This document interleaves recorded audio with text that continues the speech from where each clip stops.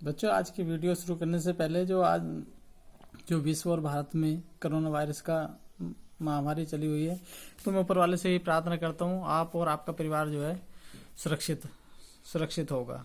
और जैसे कि हमारा 4th चैप्टर शुरू हो जाता है आज।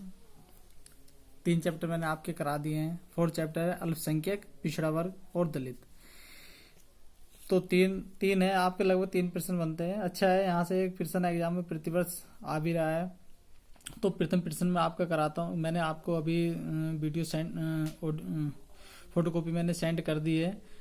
तो आपका प्रथम प्रश्न है, अल्पसंख्यक को परिभाषित कीजिए। भारत में विभिन्न अल्पसंख्यक समुदायों का संक्षेप में वर्णन कीजिए। तो बच्चों, अल्पसंख्यक क्या है? एक तो होता बहुसंख्यक, एक होता अल्पसंख्यक। अल्पसंख्यक वो होता है जो संख्या में, धर्म के आधार पर, भाषा के आधार पर, लिंग के आधार पर जो अल्प है। एक तो बहुसंख्यक है। बहुसंख्यक कैसा है? बहुसंख्यक जो है बहुत ज्यादा होता है। अल्पसंख्यक ऐसा होता है छोटा होता है। जैसे भारत में जो है अल्पसंख्यक कौन है?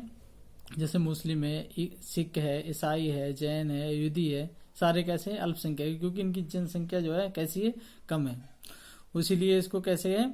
हम अल्पसंख्यक कहते हैं। बहुसंख्यक क्या होता है? जो संख्या में बहुत अधिक होता है। जैसे भारत में हिंदू कैसा है? हिंदू बहुसंख्यक है।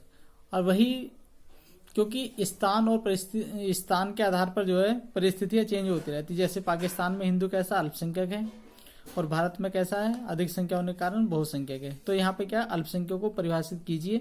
भारत में विभिन्न अल्पसंख्यक समुदायों का संक्षेप में वर्णन कीजिए।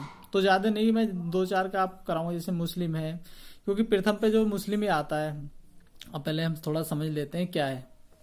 भारतीय समाज विविधताओं से भरा है। यह प्रजाति, जाति, धर्म, भाषा आदि अनेक विचार आधारों पर विविधताएं पाई जाती है। जहां तक धर्मों का प्रश्न है, भारत में विश्व के सभी प्रमुख धर्म विद्यमान हैं। इतना ही नहीं, भारत भूमि में जितने धर्म जन्मे हैं, विश्व में किसी भी समाज में इतने धर्म उत्पन्न नहीं हुए हैं। डॉक्टर MN श्रीनिवास ने इस संबंध में बताया कि धार्मिक विविधता भारतीय समाज के अध्ययन हेतु बहुलवादी दृष्टिकोण अपनाना अनिवार्य बना देता है। भारत में हिंदू, सिख, जैन, बौद्ध, पारसी, ईसाई, इस्लाम, यहूदी, जनजातीय धर्म तथा गैर जनजातीय धर्म आदि पाए जाते हैं। भारतीय समाज में अल्पसंख्यक शब्द का प्रयोग धार्मिक दृष्टि से जनसंख्या वाले समूह के लिए किया जाता है। जैसे अब ये तो एक सामान्य सी डेफिनेशन थी। जैसे मैं सामान्य आपको पढ़ाता हूँ कक्षा में, बार बार सामान्य जानकारी देता हूँ। अल्पसंख्यक का अर्थ क्या है? भी अल्पसंख्यक अभी मैंने बताया था। अल्पसंख्यक शब्द का प्रयोग धर्म, भाषा, जाति के आधार पर बहुसंख्यक समुदाय से भिन्न एवं कम संख्या वाले समूह के लिए किया जाता है। किसी भी समूह को अल्पसंख्यक श्रेणी में रखने के लिए राज्य को संपूर्ण जनसंख्या के संदर्भ में देखा जाना चाहिए। सर्वोच्च न्यायालय ने सन 1957 में केरल के विधेयक के संदर्भ में अल्पसंख्यक समूह का निर्धारण करने हेतु राज्य की संपूर्ण जनसंख्या के संदर्भ में उसकी जनसंख्या को आधार माना। सर्वोच्च न्यायालय के निर्णय के अनुसार किसी राज्य में अल्पसंख्यक समूह वह है जिसकी जनसंख्या राज्य में 50% से कम है। यहाँ पे कैसे है? लगभग 95, अब तो 80% के आसपास होगा। हिंदू है और बाकी सब में जो है अल्पसंख्यक वर्ग है। सबसे बड़ा अल्पसंख्यक वर्ग जो है यहाँ पे मुस्लिम है। उसके बाद जो है अन्य की बारी आती है। भारतीय समाज में धार्मिक अल्पसंख्यक। भारतीय समाज में अनेक धर्मों में विश्वास करने वाले लोग निवास करते हैं। इतना ही नहीं, यहाँ विभिन्न धर्मों के अतिरिक्त अनेक पंथ भी पाए जाते हैं। भारत में हिंदू धर्म के अनुयायियों की संख्या सर्वाधिक है। संपूर्ण जनसंख्या का लगभग 83%, जो संपूर्ण जनसंख्या भारत की, उसकी 83% जो है क्या है? हिंदू धर्म के अनुयायी हैं। तथा लगभग इस समय तो ये जनसंख्या पहले का तना एग्जाम्पल, इस समय 15% लगभग मुस्लिम है। उसके बाद आता है ईसाई, आपका 2-3% है। सिख आपके 1.9 है। और शेष जो है जैन, बौद्ध, पारसी, अन्य धर्मों के अनुयायी पाए जाते हैं। तो हम एक एक करके इनका जो है अध्ययन करेंगे। जैसे मुस्लिम अल्पसंख्यक, तो सबसे बड़ा क्या है यहाँ पर भारत में मुस्लिम अल्पसंख्यक ही पाया जाता है। कितना, जैसे मैंने भी बताया, लगभग 15% के आसपास भारत में मुस्लिम अल्पसंख्यक होगा।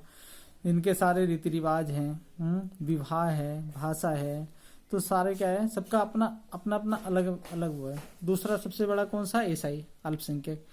मुसलमानों के पश्चात धार्मिक आधार पर ईसाई अल्पसंख्यक आते हैं। भारतीय जनसंख्या में इनका भू भाग लगभग 2 करोड़ है।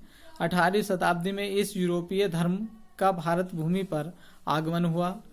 पुर्तगाली, डच, फ्रांसीसी तथा अंग्रेजों ने यहाँ ईसाई धर्म का प्रतिनिधित्व किया। अंग्रेजों ने भारतीय समाज में व्याप्त शिक्षा, गरीबी तथा जातीय भेदभाव का लाभ उठाकर धन, सेवा, शिक्षा आदि के माध्यम से धर्म परिवर्तन करने में सफलता प्राप्त की। जो हमारी जनजातियां हैं अभी भी, जैसे नागालैंड है, अन्य राज्यों में, जहाँ पे गोवा, जहाँ पे अंग्रेज सबसे पहले इन्होंने मतलब उतना पदार्पण किया था, वहाँ पे जो वहाँ की जनजातियां थी उनको लालच दे दे के उनका धर्म परिवर्तन करा दिया। उनको सबको जो है मतलब तो ना ईसाई धर्म तो ना स्वीकार करा दिया सबको।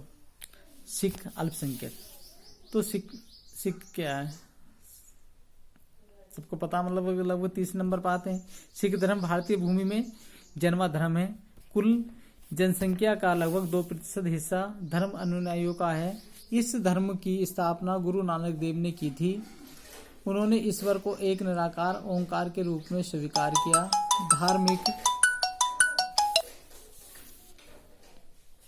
धार्मिक आडंबरों एवं कर्मकांडों का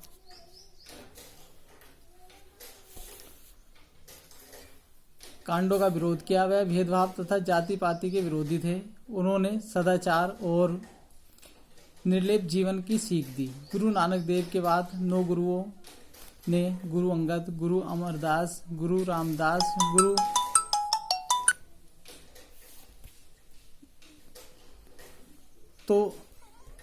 गुरु अर्जुन देव, गुरु गोविंद सिंह, गुरु हर राय, तो आदि हुए इसमें। ठीक है, सबने अपने अपने विचार दिए और इसका उत्थान किया। जो सिख अल्पसंख्यक समुदाय है।